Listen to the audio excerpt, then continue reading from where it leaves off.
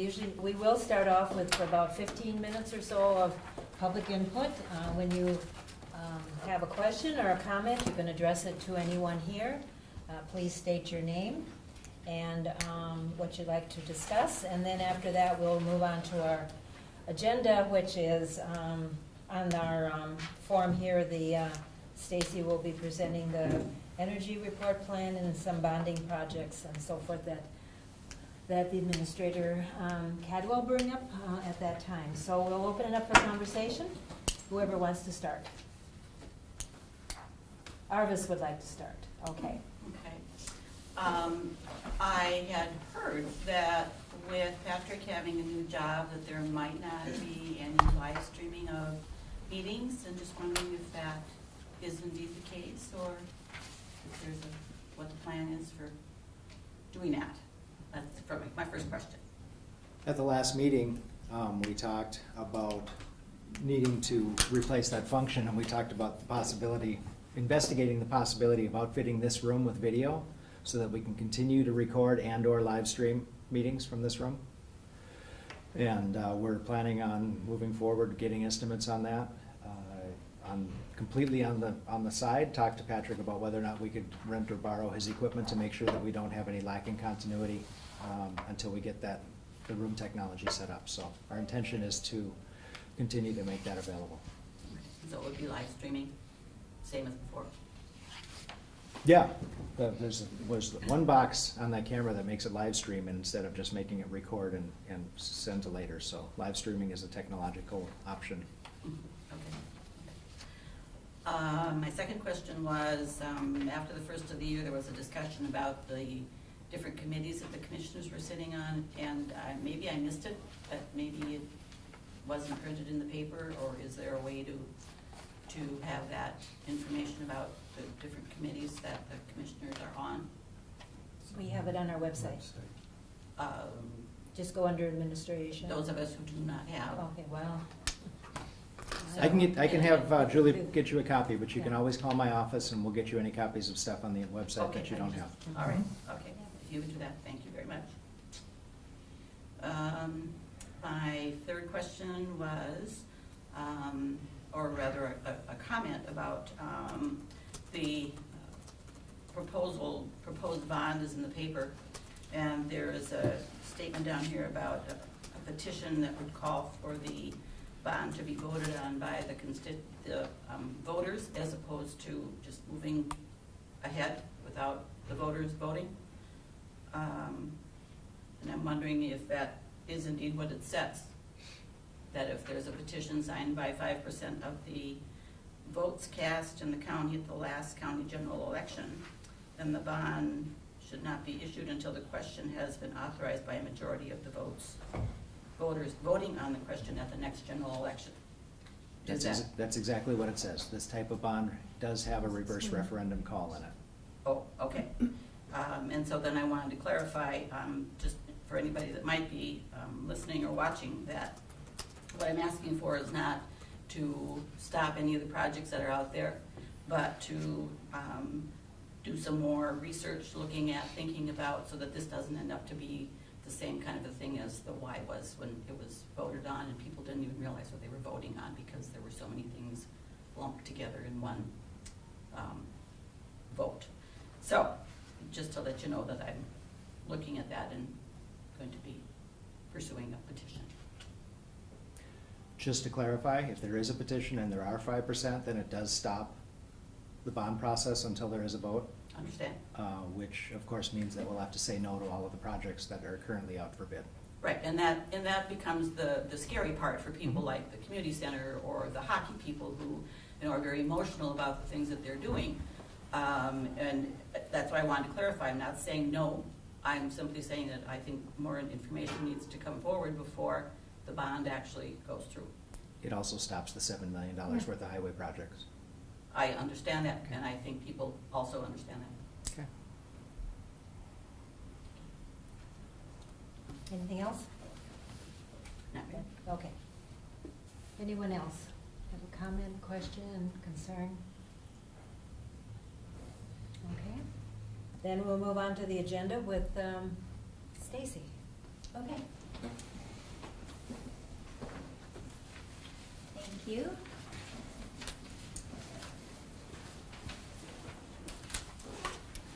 For those of you who don't know me, my name is Stacy Drulard.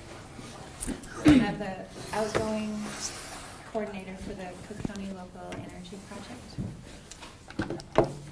I'm here today to share with the board and everyone who's live streaming the progress report for the work that's been done on the energy plan that was passed by the city and county in 2012. And my predecessor, Virginia Danfeld, gave reports annually on the progress made for the energy plan. And so we, with this short presentation, will bring the board up to date, up to speed on how we're doing.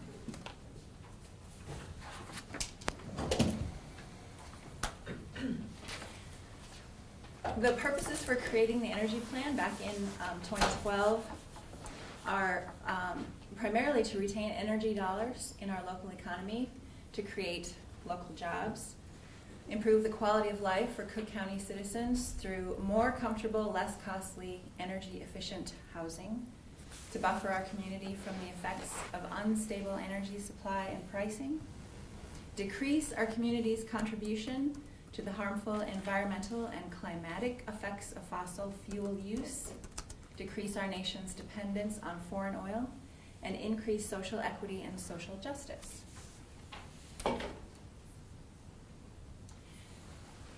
In developing the energy plan, there were some extensive surveys done,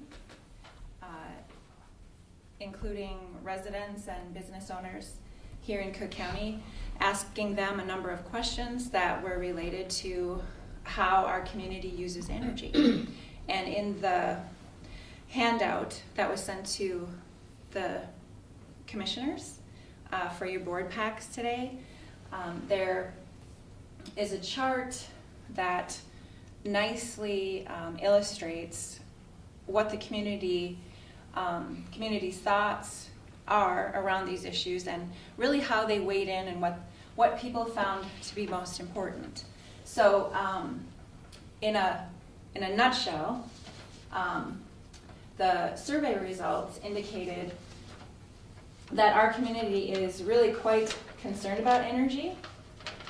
They are in favor of government leadership toward better energy utilization. People were in favor of that primarily. Also, the movement toward use of renewable sources is viewed favorably, including a willingness to pay about 6% extra if it were clean or renewable energy.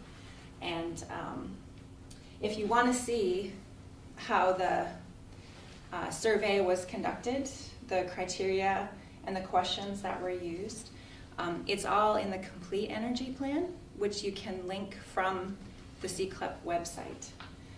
All of the data is there, including a number of really helpful charts. Finally, our community recognized that cost is a big driver in making energy improvements, and that education and incentives toward improving efficiency are viewed favorably by the majority. And these were the 10 goals that the city and county adopted in 2012.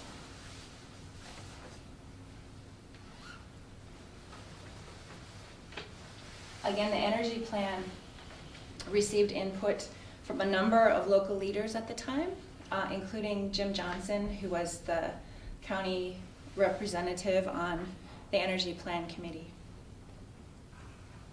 And so now I'm going to briefly show you how we're doing in meeting these goals. What you want to look for is a purple or blue color that indicates that progress has been made.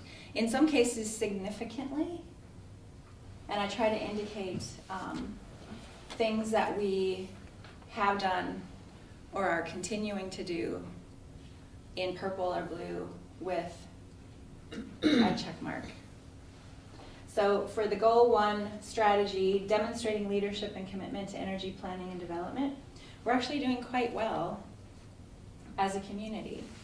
And I want to point out in particular the last bullet, which is the passing of the climate inheritance resolutions by both the Grand Marais PUC and the Grand Marais City Council last winter.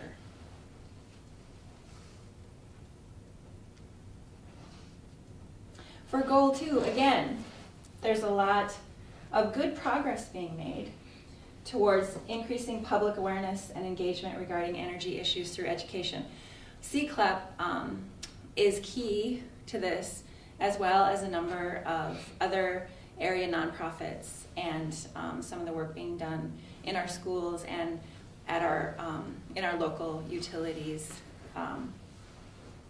In particular, I want to point out the annual builder and contractor workshops that CCLEP and Cook County Extension holds every February.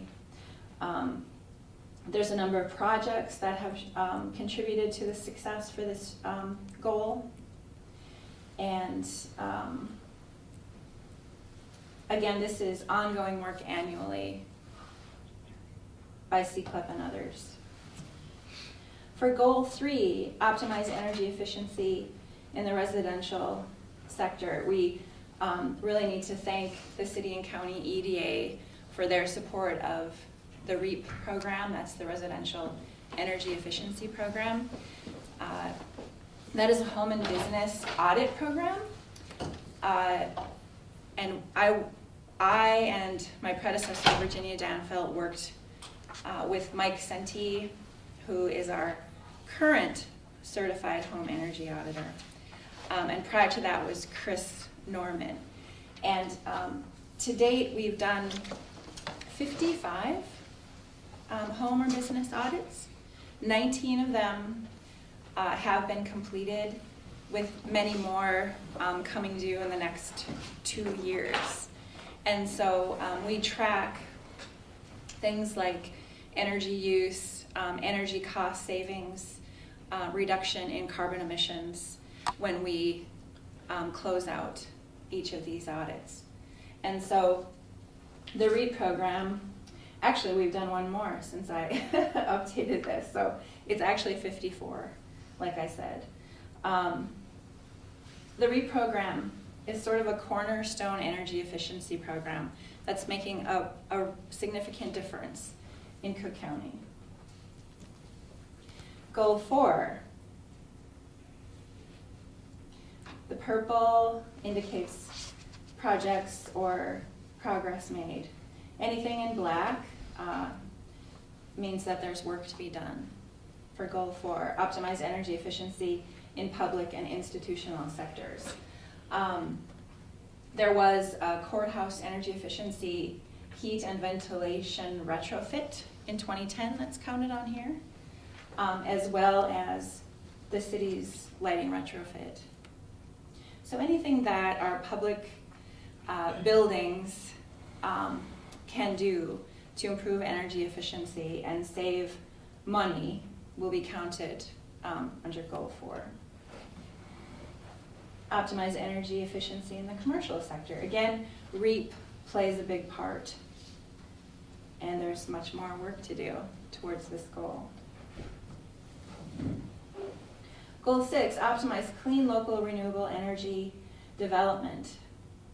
This is something that CCLEP was focused on for the last several years, particularly with our solar initiative and our solar guide that's on the website. It helps people kind of traverse the decision-making process if they are thinking about adding solar or renewables to their home.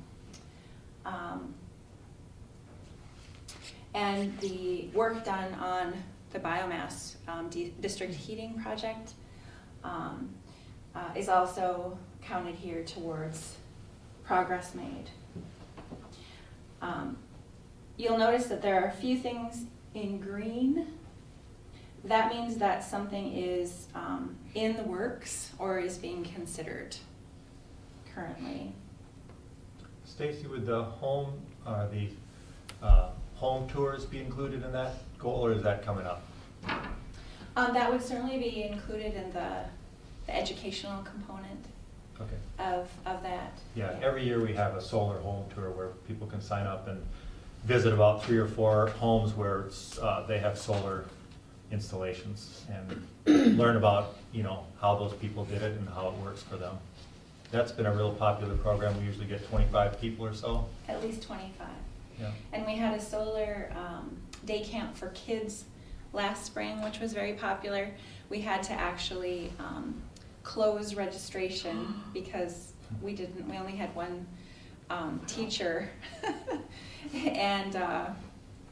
And she decided that 25 kids was enough for her to handle for the day. So again, there's great interest in solar and renewable energy education and initiatives here in Cook County. And I see it growing. I mean, we have so many inquiries about incorporating solar panels to people's homes or garages or solar hot water. So I think definitely there's a movement toward exploring that as an option. Goal 7, promote land use practices that optimize energy efficiency. This is fully in the city and county's leadership wheelhouse. And so we're here to encourage our leaders to consider work that could be done to improve our energy efficiency in terms of how we use our land resources and land practices. And I would point out that under Goal 7, there are a bunch of strategies listed actually in the energy plan. So there are suggestions already written down. It's not just the one. Right. Is that correct? Yeah. Yes.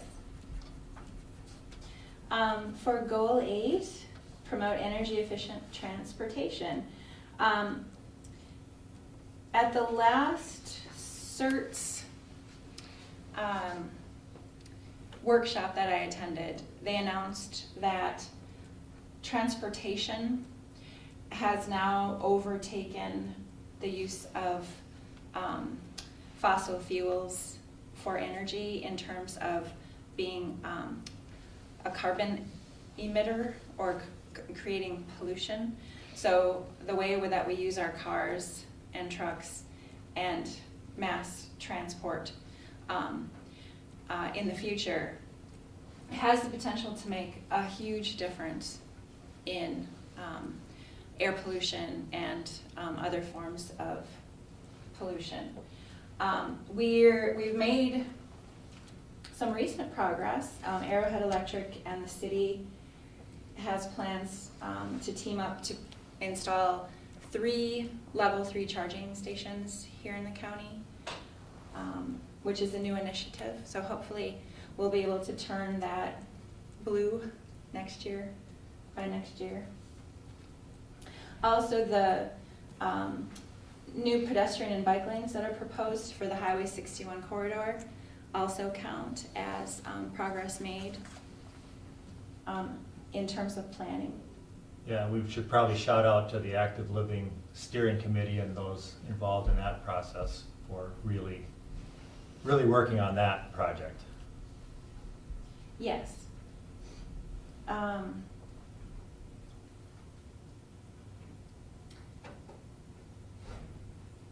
For Goal 9, promote and endorse an energy efficiency and renewable energy business sector.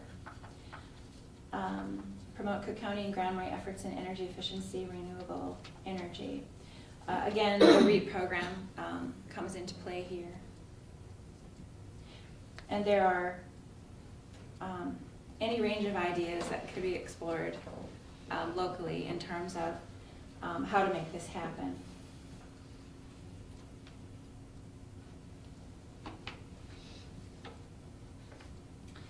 Goal 10, promote water conservation and waste reduction.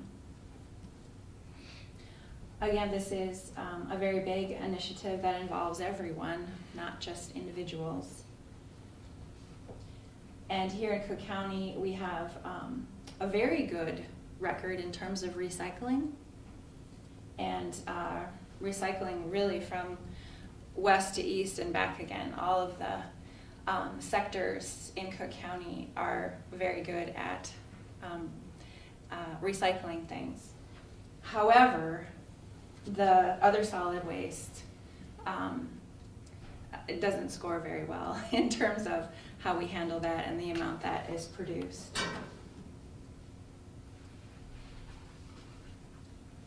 There are a number of communities that are really exploring some cutting edge ideas about how they handle their community waste materials.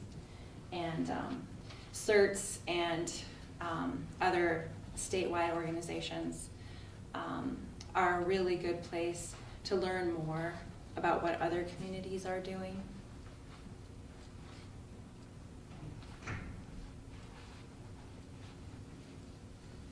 And so I just put together a few suggestions as to what we can do next as a community. The first is to develop a climate action plan, which is a natural extension of passing the youth climate resolutions last winter. Continue making progress toward our energy plan goals. Identify what city and county priorities based on current accomplishments and outstanding goals will further our successes and progress. Work with our local utilities and municipalities to remove barriers to energy efficiency and renewable energy development. That is something that we can do if we work on it together. And then encourage participation in our in implementing our plan. And of course, all of this takes a focused effort between our local leaders, our local governments, the people who represent us at the state level, as well as what we all individually do and the choices we make moving forward. And again, if you want to see the complete energy plan, there's a PDF on the CCLIP website, and it details a number of things that I just really touched on today. So that ends my portion of the energy plan report. And are there questions for me before I bring Shane Steele up to tell you about the rest? Jan? Stacy, I just had a question. When you mentioned community waste, it means everything, every solid waste element, and then we don't do well with it. We're not scoring very high. Not so on that. well. No, in the Great Plains Institute assessment that was done last year, they looked specifically at a lot of our data in terms of energy use and the solid waste and other forms of emissions, and that outlines very well how we're doing. That Great Plains Institute report that was generated used just, I believe, city data. Is that right, Shane?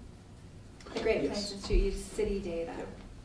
Yep. So it's not a very well-rounded picture of what is in actuality our county's profile. So city data only. Yes. Okay. Where are the 3 charging stations? Correct me if I'm wrong, but one at Lockport, I believe. Is that right? Not sure. One downtown in the Senior Center co-op parking lot, somewhere out, hopefully above the water line, and then one where was- Airport. at the airport. Oh. Yes. Okay. And raise your hand if you've ever seen an electric car charging station. I have seen one, yeah. Okay. Does it look similar to, because I remember when we used to plug in our cars? Yeah. I remember people used to come up here and see all those think about all the cords hanging from our cars and wonder what the, thought we all had electric cars. Right. Not a difference. Okay, any more questions for what C-CLEP does or about the brief report on the energy plan? And so I want to introduce now Shane Steele. Should I Um, stand up there? Yeah, come Just- on up. Okay. And he's going to talk about the climate action plan process and tell you a bit more about that. Yeah, thanks, Lisa. So there's a summary of the climate action plan in the packet I gave you, so I'll try to keep this brief. But 3 phases of a climate action plan is the existing conditions report, the goals, and the strategies. And the existing conditions report is the greenhouse gas inventory that Stacy mentioned. And we have one for Grand Marais. It's done by Great Plains Institute. Grand Marais volunteered some data, and they generated this greenhouse gas inventory that shows where greenhouse gases are being emitted in town here. Like more like different sectors and where they're being emitted: residential, homes, and buildings, and transportation. So the goals section of the climate action plan, we're going to use this tool called the WEDGE tool. It's another resource that Great Plains Institute will give us, and we are in the process of having this tool. We're almost, we gave Great Plains Institute the city data just recently, and so they're kind of developing it for us, and then we'll be able to use it to set our goals. And we're going to bring in some community members and try to set 6 or 7 broad goals for the climate action plan. Those will be building efficiency and renewable energy and waste and transportation kind of categories. And then within those categories, we'll try to form these focus groups of local experts and community members to, and use the energy plan to come up with strategies on how to reduce our emissions. So I have some slides. The WEDGE tool is actually online, and I just took some screenshots. I just wanted to explain what the WEDGE tool is. So Grand Marais doesn't have any data yet, but this is Duluth. And so down at the bottom is the year. And the thick gray line here, that's carbon emissions business as usual. And then the different wedges are those strategies. And so the dotted line would project, if we were to implement some strategies, how much will that reduce our carbon emissions? So this is Duluth's data again, but I played around with it, and if we go into residential efficiency and let's say somehow we got 60% of people to do some kind of weatherization project to improve the building envelope in their home, 60% would be amazing to achieve that many. But let's say we do. The WEDGE tool projects that won't make very much of a difference in our carbon emissions. So that's the beige section. That's the base. So I'll go back. Here's I did nothing to the. This is just. That's nothing. And then here's 60% participation in building envelope. So for setting goals for our carbon emissions or for our climate action plan, certainly important for homeowners and people's pocketbooks to do residential energy efficiency, but big picture carbon emissions may not make that much of a difference. This is, again, Duluth's data, but. So the next slide, I played around with it a little more, and again, a hopeful estimate of maybe 35% of people could someday, by 2040, have photovoltaics on their home. That light blue wedge there has grown quite a bit. And that big gray one, the electric grid mix, I think I toggled that to maybe 50% renewable energy from our electric grid. And so those wedges grow as we toggle the different options and the strategies. So this is a really helpful tool if we want to try to set goals and focus our attention in reducing carbon emissions.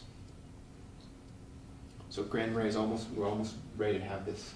I think maybe by the end of this month or early next month, we'll be able to, I believe it will be online, so we could even you could play around with it at home. And Shane? Yes. Sorry, John. Oh, it's okay. So, and the end point there is carbon neutral by 2040. Oh, yes, yeah, I should have said that. Okay. So that's kind of the overarching goal. Yeah, and that's a pretty high standard for cities to set a goal for, is carbon neutral by 2040, but Grand Marais, we want to try to achieve that goal.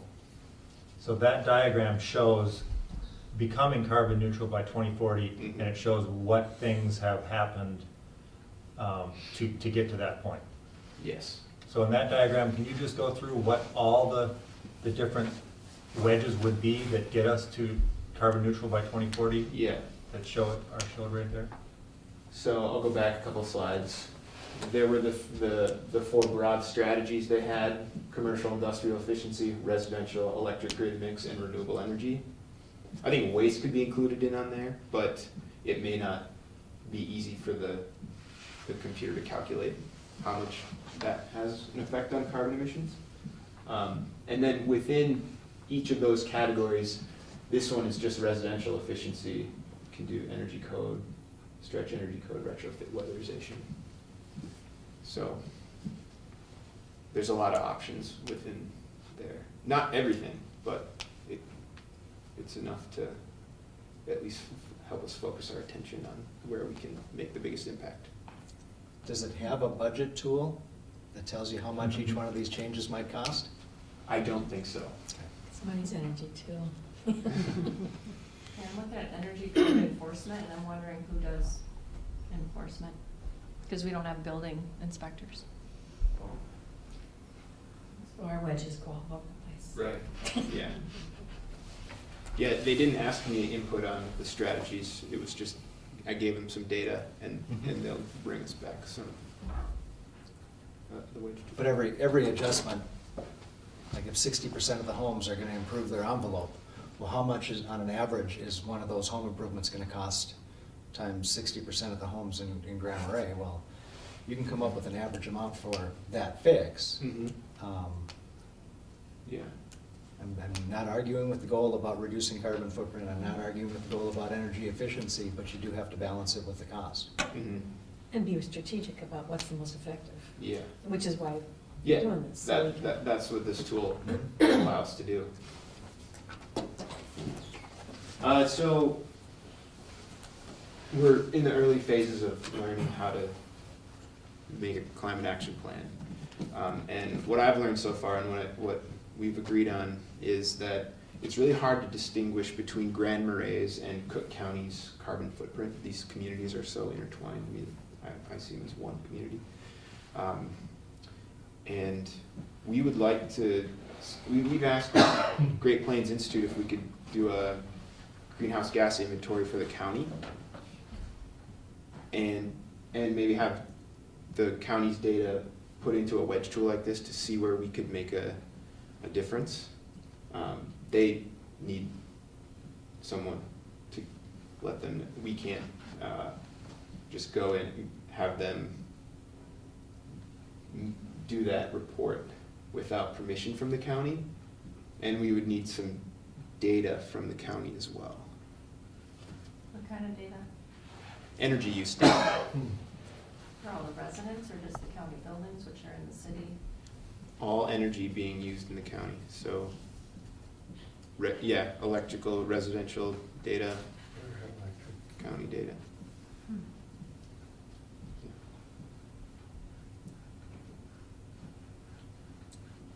So any questions? So I was just curious about our model compared to this model. So what you're not saying that, well, in St. Louis County or in Duluth, the 60% would not have very much impact, so you wouldn't necessarily focus on that. Right. So what you're not saying is that that would be true anywhere. So it's specific to the St. Louis County data or the Duluth data, which it makes it more complicated. Yeah, it's hard to speculate how Grand Ray's data will look. Right. And I you was wouldn't- just yeah. using this as an example. Yeah, Because okay. I tried to explain this without a visual prompt to the city and it didn't go well. Got it. So what is your role? Do you work with CLEP? No, well, I don't work at With them. CCLEP, but, Okay. yeah, I'm writing the climate action plan, or working on the climate action plan for the city. Here, in the county, okay. In the for the city. In the city, okay. Yes. And then Stacy, are you gonna be moving on? I am, Okay. but C Club will continue on. WTIP gets her, Oh, okay. so good for WTIP, good for Stacy. Mm-hmm. And C-Club is looking for a new coordinator, Oh. half-time, $20 an hour. Great job, chance to make a difference, Mm-hmm. fun stuff. Good, okay. Any other questions or comments? Thank you. Shane, are you employed by the city to do what you're doing? Or who employs you? The city has a grant that Okay. pays me. Some nice grant. Okay. Good luck to you, Stacy. Thank you very much. All right. I'll do it.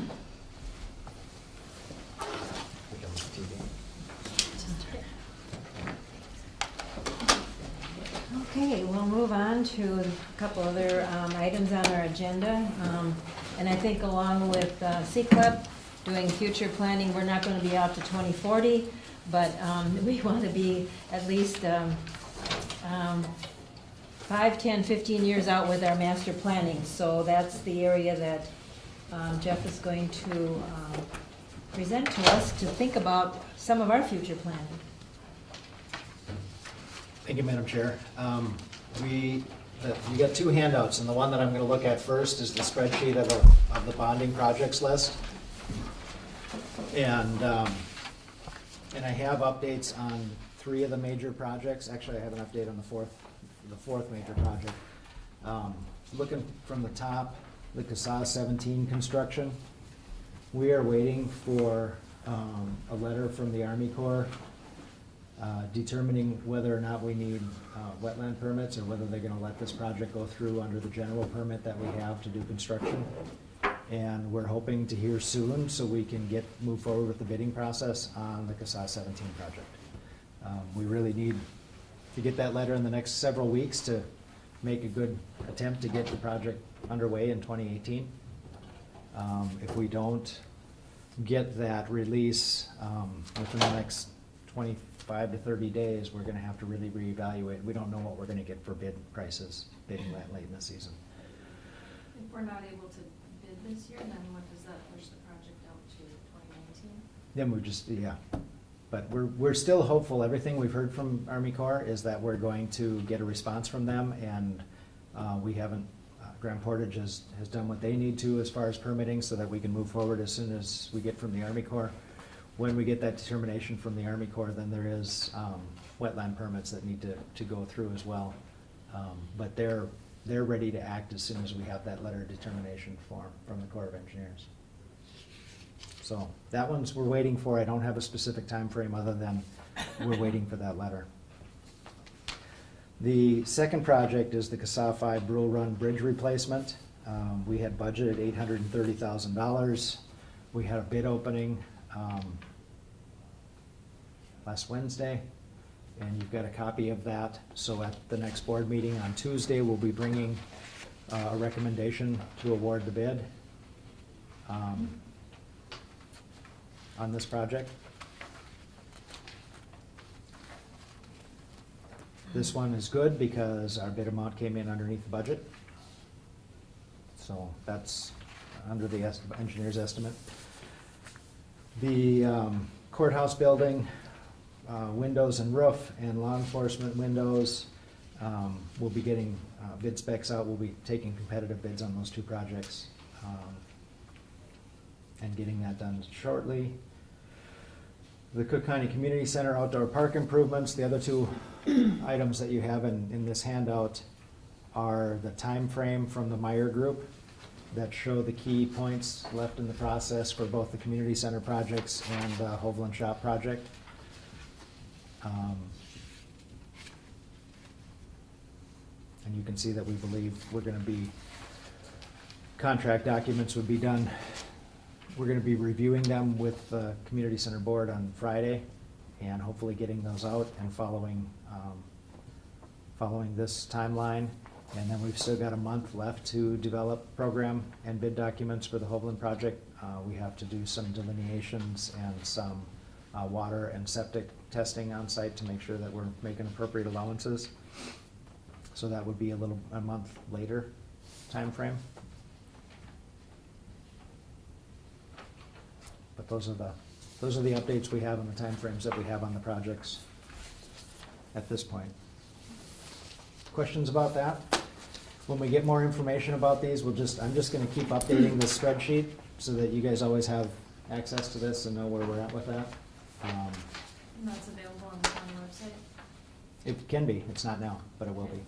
and in paper form for those who don't have that. Other questions about that, or moving on to the facility study and the jail study?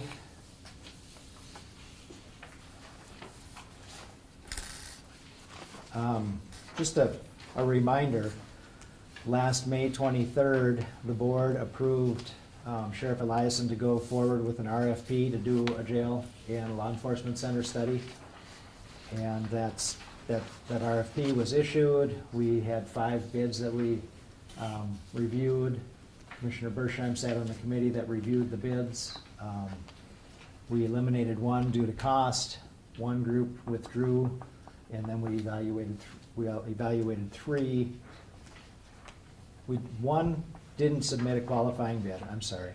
1 withdrew their bid, and 1 was eliminated due to cost, and then we interviewed the 2 remaining groups.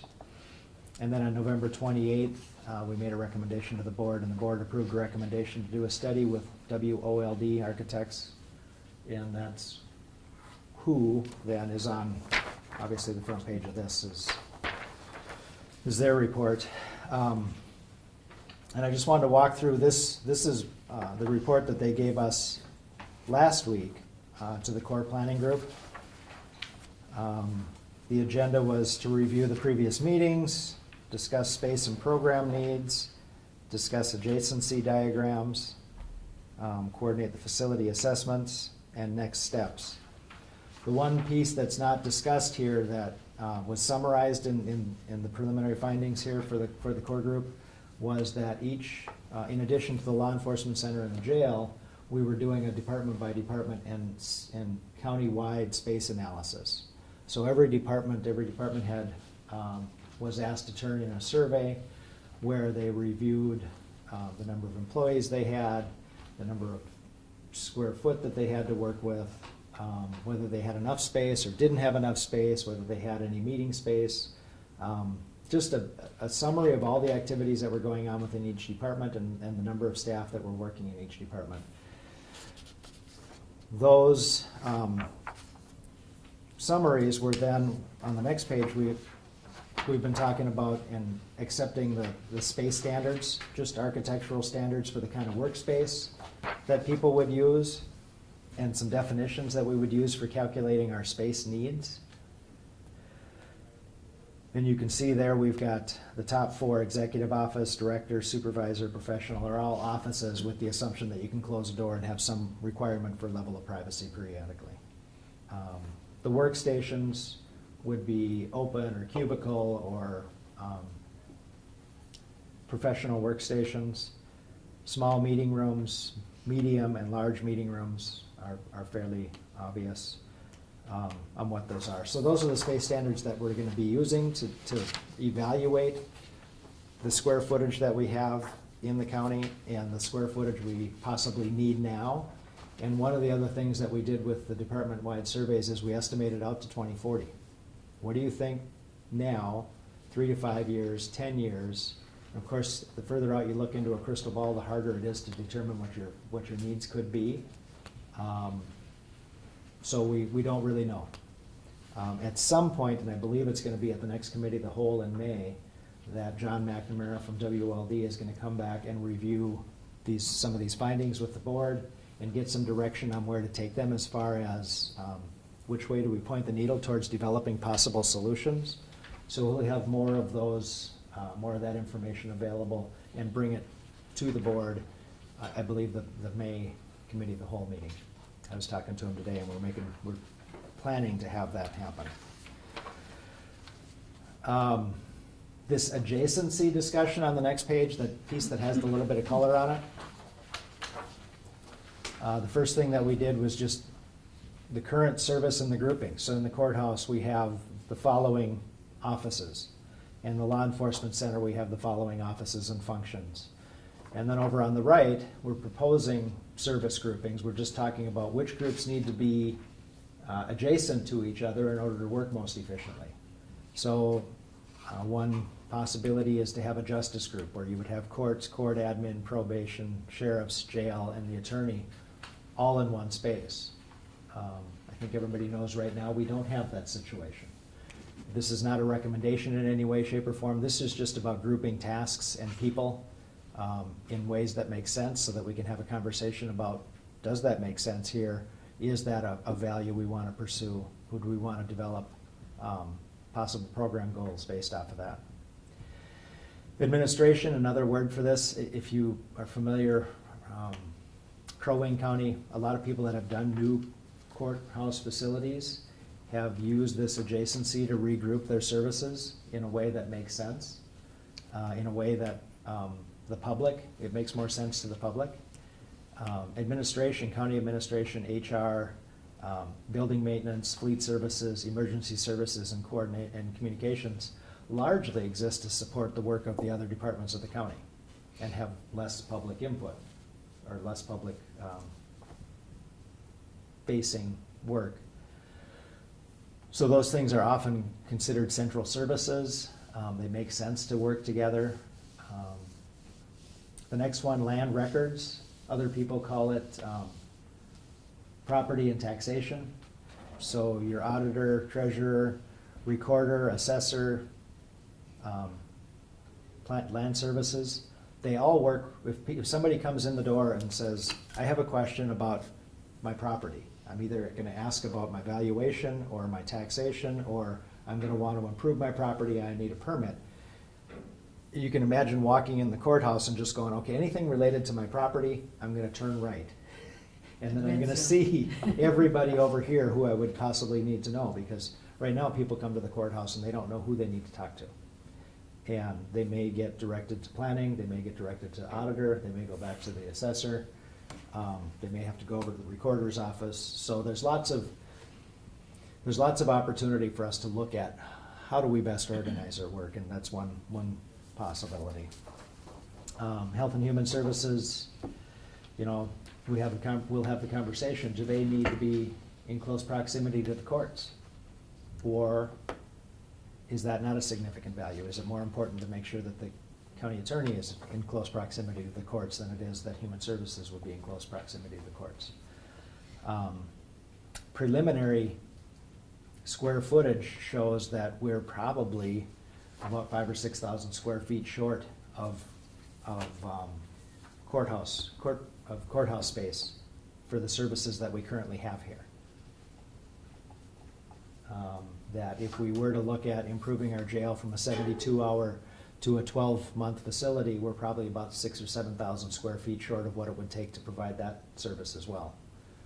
And then at the highway department, we have some shortages of square footage. So generally, all of those numbers you're going to get a chance to review in May, and then we're going to take a look at what some of the assumptions mean as far as what kinds of solutions would we be pursuing, and then we would go back and look at our financial management plan and say, how do these capital improvement needs work with our capacity to take on these projects without burdening the taxpayers? So we'll be evaluating these things in light of the financial management plan and our ability to do these things. But this is how a lot of the things that need to be considered for us to make good decisions now and in the long run.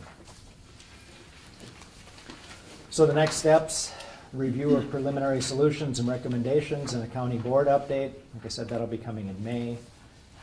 Facility assessment discussion, which has a lot to do with the condition of our current buildings. We know that a couple of years ago, we did a facility assessment and an energy audit related to the YMCA, and it's a relatively brand-new building, so it scored relatively high. At the same time, that same group did an assessment of Grand Marais City Hall and said it's gonna cost more to fix than it's worth. You're better off building something new. In the long run, it's gonna cost you less to do that and go forward. You take that in balance with what the energy audit, retrofitting an old building doesn't give you all of the energy options and the conservation options that a brand new building and new construction gives you too. So those things get thrown into the long run cost of providing services in the facilities that we're gonna need, so.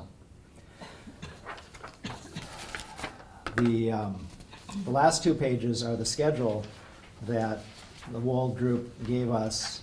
And I'm fairly happy to say that we're really pretty close to staying on track. We're about 6 weeks behind, but that's not awful given the type of planning process that we're looking at.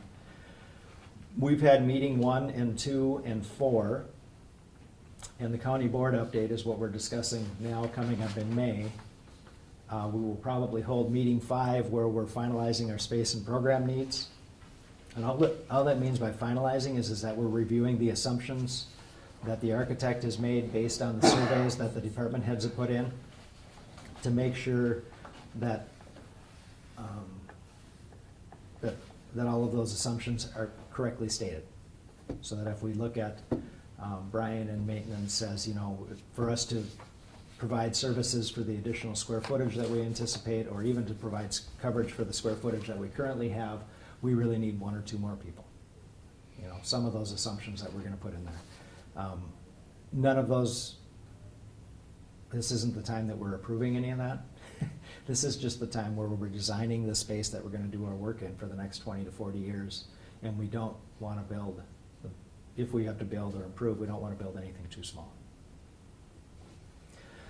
So that's the process, that's the next plan. The update will come from the Wold Group to this group, and that'll probably primarily be our committee of the whole in May. Questions about where we're at in that process? Could you use the word if? It sounds to me like we're already headed in that direction. You're gonna build 6,000 square feet for a courthouse, and you're gonna build. You've already made that decision. No, we haven't made any decisions. The space study shows that we have a need for 6,000 square feet. Well, it's already done. I Well, can see that. There's lots of options and opportunities. There aren't as many in this community as there are in others. In lots of other communities, counties are working with other commercial space to house some of their services. So anywhere in that discussion, you talk about maybe you've got too many people employed? Maybe you've got too many bodies that you're trying to house? Maybe you don't need what you think you need? We do that every time we have a resignation. We do, every time a job, anytime someone retires like somebody announced today, the board has to determine whether or not we're gonna fill that position. And it's really what we talk about all the time. We've already built a pretty good hierarchy in health and human services with the number of people. And we heard from those people today, and they were grateful because they're able to do the work that is required of them with the increases in calls and screenings. So what I heard today is that they're able to, that it's working for them. They're better able to Which meet the means needs. it's working for all of us, because kids are being, kids' needs, the calls that are coming into public health and human services are being answered appropriately and timely. Programs are always evaluated, and the funding sources are always evaluated, and nothing is presumed to go on forever, but at the same point in time, until state statutes change the responsibilities of the county, I don't necessarily see the county's responsibility to the people in Cook County changing. The requirements and the expectations and the oversight required of us are increasing. They're not decreasing. Largely, if there were things that we didn't do, it would actually cost the taxpayers more than if we stopped doing them. We can look at public health, and we can look at statewide dollars, and we can say every dollar we spend on public health saves between $8 and $12 that is needed in human services costs. So oftentimes, when we put in the justice program, what am I not thinking of the name, up in the attorney's office? The social justice, no, not social justice, it's a different group. The CERT programs. When we're putting those things in place, the money we're spending to do that is reducing recidivism in our jails and our institutions, and it costs us a lot less to give people a hand when they need it than it does to take and put them into a foster home or put them in jail or institutionalize them. So anything we do to improve people's lives at a point in time when they're most vulnerable tends to be a really good investment. The dollars at the state level for interventions related to incarcerations are $1 spent interceding can save between $9 and $25 in additional cost, and on the human services side, it's somewhere between $8 and $12. $1 invested in public health has a tendency to save $8 to $12 in human service needs later. You can apply a very similar standard, having a proper road maintenance program and chip sealing and crack sealing on your roads and spreading out the cost of doing major repairs to stretches of road has a tendency to reduce the cost to the taxpayers over the long run. That means you have to spend money today to avoid spending more money 40, 50 years down the road. 20 Road 17 is a very good example. Mm-hmm. So I think our strategic planning and all that, I've heard in the community is right on. And I know, Arvis, you've already addressed that before the board. Why aren't we doing some future planning? And that's what we're doing right now. I think we have to look at everything in terms of what the needs are. This particular company will come and tell us a lot of statistics, and we're going to absorb all of that. We're going to look at all of that. We're going to move on for future planning. We can't go backwards. We have to go forward. And I think with all of our going forward ideas, may not ever come to fruition. It may be just on paper, but at least we'll have a plan. So that when we can move forward with something, we can. If you don't have a plan, then you have an emergency and then you address that and it's like, oh my gosh, how can we address that? So we have to have a plan. And then the plan will either move forward with more information or we will just look at it for the moment. But we need a plan. Commissioner Bershon was there while we were interviewing the Wold group and the other group, and the two people that we interviewed would have done a good job for us. But the Wold group was particularly interested in making sure that any recommendations they made related to capital improvements for the jail and the law enforcement center were placed within the context of the entire needs of the county as an organization. That they didn't recommend a $20 million facility when we don't have that capacity, or when they know that we have to balance it with the other needs we have for roads and the courthouse and all of the other facilities that we have. So one of the things they're going to be trying to get out of the board next month is, where's the line? Where's the range we should be developing? What are the future considerations?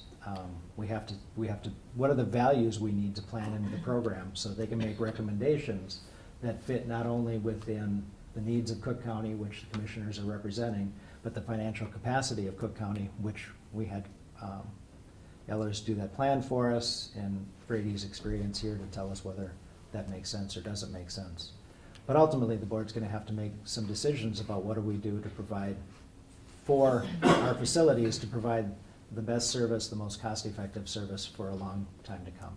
It doesn't seem like, remember years ago they talked about how people were going to work more and more from home with technology, but it doesn't seem that we're going in that direction. And I don't see. The truth is, the tech companies are calling that in, and they're not allowing that because they're losing track of their workforce. So that's already gone as far out as it's gonna go for right now, and it's snapping back. Yeah. Most of us need to be in close proximity to do the work we need efficiently. I mean, I know that in my office, it wouldn't work very well. I don't know if they're seeing that. I don't know if Wald and the other companies ever talked about any of that. They're pre-discussed. I haven't heard any of it yet, but I just don't. I heard a lot about that 10 and 15 years ago, but I just haven't seen it. I don't see how it would work, and I haven't heard of anybody going that direction largely.